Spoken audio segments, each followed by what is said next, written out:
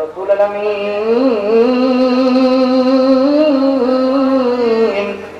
আপনার নাম রহিম, আপনার নাম রহমান, আপনার নাম গফফার, আপনার নাম সত্তার।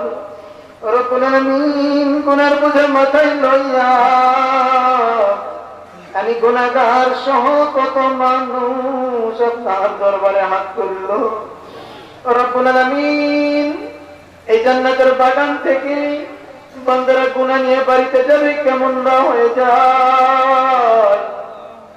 আপনার একটা বান্দার জিন্দেগিতেও গুনাহ রাখবেন না,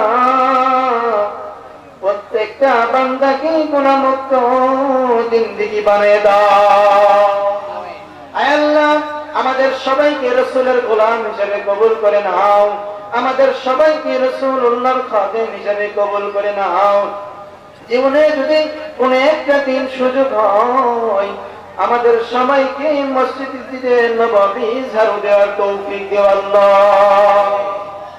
আমি হব মদিনার সারা বেলা ঝাড়ুদার, রওজার কিনারে কেটে যাবে দিন আমার।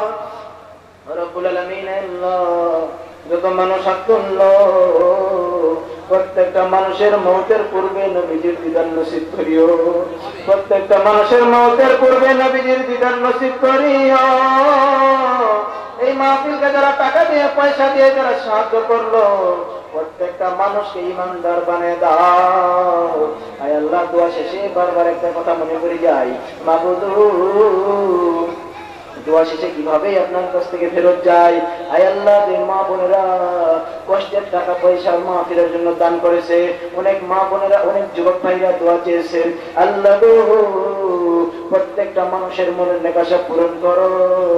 যত যুবকগুলো হাত তুলেছে প্রত্যেকটা যুবককে ইসলামের জন্য হযরত ওমরের মতন বীর সেনানী বানিয়ে দাও।